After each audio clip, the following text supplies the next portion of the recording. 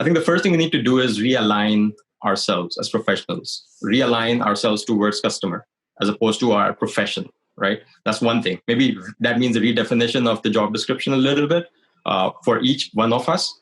Hello, everybody, and welcome to a whole new episode of Engati CX. I'm your host, Rahul, and today you folks are in for a treat again. And we've got somebody special. We've got a customer experience expert with us on the show today. So welcome, Mr. Ali Nasim, to our interview series. But before we get to the interview, let's just begin with a quick introduction of Engati. Engati is the world's leading multilingual no-code chatbot platform available across 14 channels, with 30,000 bots created across 186 countries in every domain and use case. Engati has also been recognized as a top platform by Inc.com, TechWorld, CIO, and many others. We run the Engati blog, the video channel, and the Engati CX podcast, receiving upwards of 300,000 visitors annually. And now for our guest. Ali Nasim is an enterprise and customer experience thought leader. With over 18 years of experience, Ali's approach to CX is simple: make it predictive, personalized, and proactive. As a key member of Oracle's Customer Advisory Board, Ali is focused on CX, IoT, Industry 4.0, and AI, advising CIOs and chief experience officers of leading industrial and healthcare companies in the US on their digital transformation roadmaps. Welcome to the show, Ali. It's such an honor to have you on board. Thanks for having me here. Thanks, Rahul. Thanks for the introduction. Yep, the pleasures are. So let's just jump on to the first question. I hope you're ready for this, Ali. Yeah, let's go ahead. All right. So the first question for you, Ali, what I have is, how can brands achieve customer centricity through digital transformation? Yeah, it's an interesting question. And before we jump onto that question itself, let's go a little bit back, not that far, but maybe 5 to 10 years back, where we used to have this thing called a funnel, right? We all remember that, where you had to have marketing at the top, sales, and then service, right? And we were assuming that we can have this sequence and have business processes and SOPs around that sequence and expect the customer to follow in line, right? Stand in the queue, fill in the form, wait 24 hours, or whatever that might be, right? So whatever that business process was supposed to manage the standard operating procedures. And the customer hated that, So when they had the empowerment with smartphones and social media and whatnot, they actually came back with a vengeance, right? So if you think about the business process and the funnel and all of those things on one end, on the other end, there's a customer who has a life, right? He's been roaming around, doing their business, doing their family. So they are going through a journey. For them, what matters is their journey and their self. It doesn't matter what your SOPs are, right? Or whether you have a funnel of some sort. So that's a big sort of dilemma, right? As a company, as a brand, we used to think about the process. The customer has always been thinking about that as a journey. So there's a big disconnect. Right. So digital can actually bridge that gap between the customer journey and the business process. That's the best thing a technology can do when it comes to customer experience, in my opinion. If you think about that, while they are going through that journey, they leave a lot of interesting digital footprints. And you kind of can assess their digital body language based off of those footprints, right? So if your technology can collect all that data and make sense of that data and start predicting two things, really: the next best action and the next best offer that you can make to engage that customer, right? And what's further interesting is the customer is not willing to wait. So you've got to do all of that in the real time, right? And has to be hyper personalized for that as an individual, not as a customer segment, not as some, buckets you've created that these are the same type of customers. Doesn't work anymore. Got to be hyper personalized and in real time. Absolutely. So in a nutshell, it has to be high quality with high speed and super personalized towards the person it's directed to. And I think this has been, there's been a steep increase in the curve for the expectation of this post the pandemic, because it's a little more personalized and companies are actually focusing heavy on this. So yeah, I think we're seeing a growth in that section. But leading to my second question, how can companies automate really boring monotonous tasks to reduce human dependency, and will it create better customer experiences that way if you do that? Yeah, so bring back to your last comment real quick. So actually this pandemic has made us more human, right? Mm-hmm. It has made us come out of those boundary walls of a company or whatever. So we're all working from home. So we're all empathizing with each other. Right. And we all realize that there is no, set way of doing things. So everything can change, right? So that's the driver behind what I like to call a remote customer experience movement, right? And that really helps because there's no boundaries, so you can be very creative in all of that. Now, going back to this question that you just asked about the human dependency, I think that's something we need to think about. What are humans good at versus what are machines good at, right? Humans are good at reading emotions. Machines are good at reading data, right? We are emotional beings. We are good at emotional intelligence. Machines are good at artificial intelligence, right? So if you can connect the two together, that's the magic sauce, really, in my mind, right? So human dependency should be there for that emotional aspect, that EQ part of it, right? Machine is automating all the, your robotic process automation can automate a lot of stuff. Your chatbots can automate a lot of stuff. But unless you have emotional beings driving that and ingrained into that whole process, there already going to be that disconnect. So whether humans are going to get replaced by robots or by AI, they're going to get augmented by it as long as they can understand their strengths, which is emotional intelligence, and use that to drive technology. So that's my take on that. So it's not neither or nor. It's kind of a real mix of both. Absolutely. So there has to be a bridge in the gap. It's about bridging the gap between technology and the human aspects of things. So it has to be the experience. So at least we at Engati believe that the experience has to be more dynamic. It can be more static, right? So it's not just so for example, somebody when walks up to the chatbot and says that, hey, I'm looking for this order, it can't just say like, hey, user 5346, it's an invalid. I mean, that just kind of comes off pretty nosy and pretty pushy. So I think it'll be better if it replies with its name, with the user's name, so something like, hey, Mr. Ali, this is the status of the thing. So yeah, I completely agree with your point of it being a balance between the human emotions and the technology powering it. So but at the same time, the human emotions at the center of everything. Absolutely. At the center, the customer being at the center of everything you do, and making sure that you combine emotions and technology together in nice. That's a big challenge, right? That's where companies are trying to figure that out. What we like to call that is a CX architecture, right? So you have a business architecture where you define the business process. You've got your customer journey where customer lives. You got to have a CX architecture that can combine the two together. And that's where we can discuss more offline, but that's what I feel needs to happen.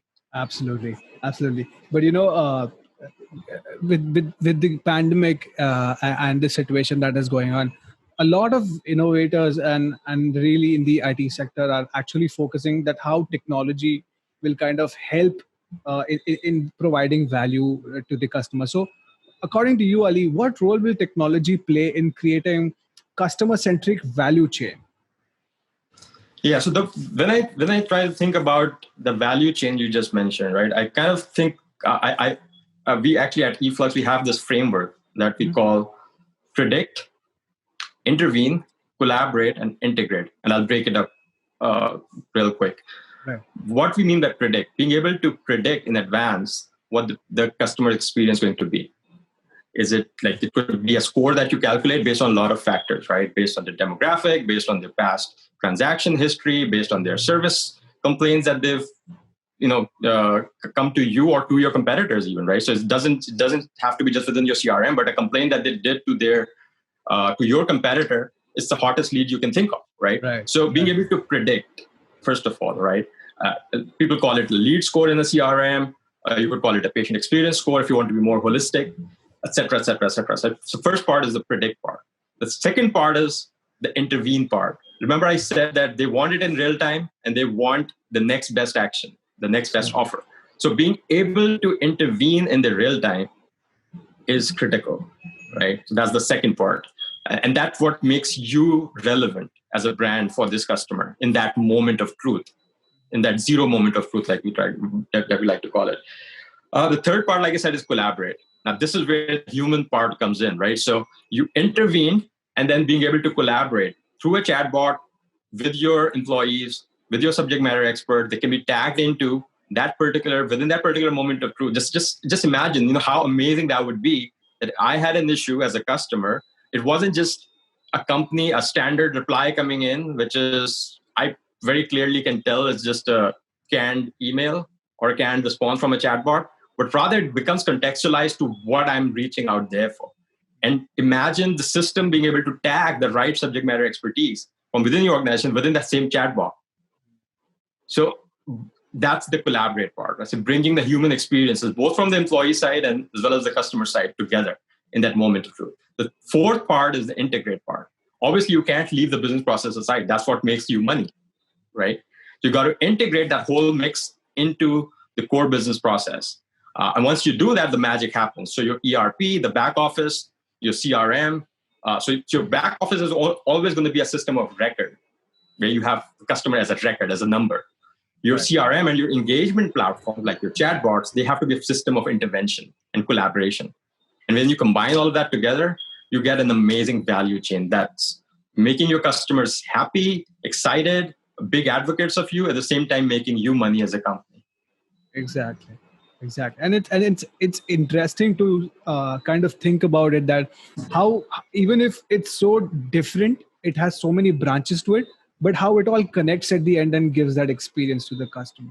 That's one amazing thing. Intervene, collaborate, integrate. So that's what the framework that we have, that we work with. Absolutely. That's amazing.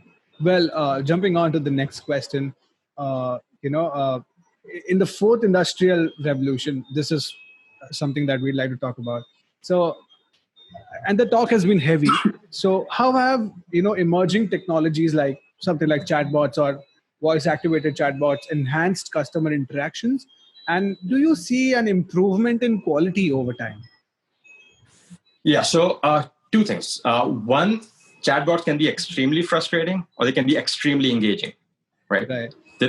Either of the two. It's never a middle ground that I've seen, right? So they are either completely you want to just, bang your head with the laptop, with the screen while doing the chatbot, or which should be the target. I'm not saying that everybody's doing it that great. At least here in the US, some companies have really figured it out with voice activated, chatbot or IVR, etc., where it doesn't feel as if you're not talking to a human.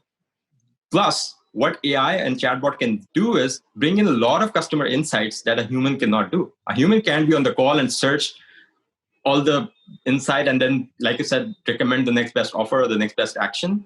Right. So if you can combine the two together, it can be an amazing experience, like I said, right? So depending on how you do that, unless you don't make it very robotic, don't make it, as if, you have all the canned responses and maybe just plugging in a few name of the person and a couple of things there. People can tell, Exactly. And especially now, everybody's digital. They just interact with all of these things way too many times to get fooled, right? So you got to be more intelligent with that. And when I say intelligent, I mean both emotionally intelligent as well as artificially intelligent. So absolutely, yeah. I think especially post the pandemic, everybody is jumping on the digital transformation wagon, and it's going horribly wrong at places. So yes. Yeah, I mean, it's not like, it's not a compulsion. I mean, as the business and as the market grows, the compulsion will come, and the changing environment will compel you towards it.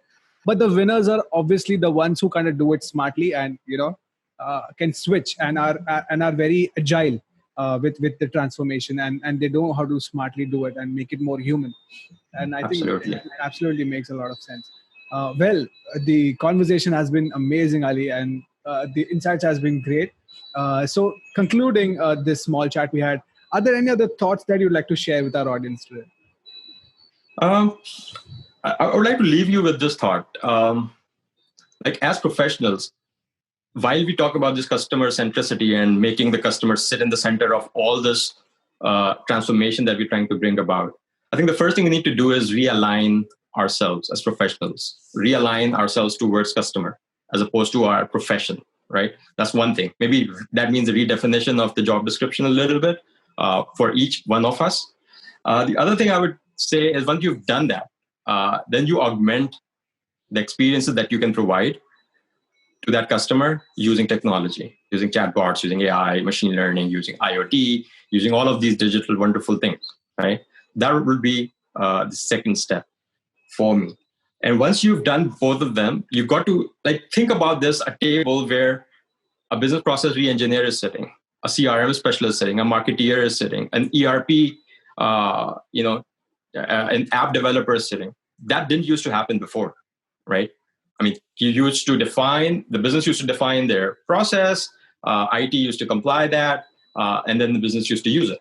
It was very sequential, right? Now everybody got to pitch in. Everybody have on that table, the customer needs to be right in the center of it. Everybody is realigned towards that. Everybody is working within the area of expertise. So it's the whole idea of function will start diminish, I feel. So there will be, a same function. Everybody has the same function to provide an awesome customer experience. They all bring in their separate expertise. An engineer brings something else. The marketeer brings something else. The psychologist or the research specialist brings something else. But at the same time, the focus should be there at the center of the whole thing, which is the customer.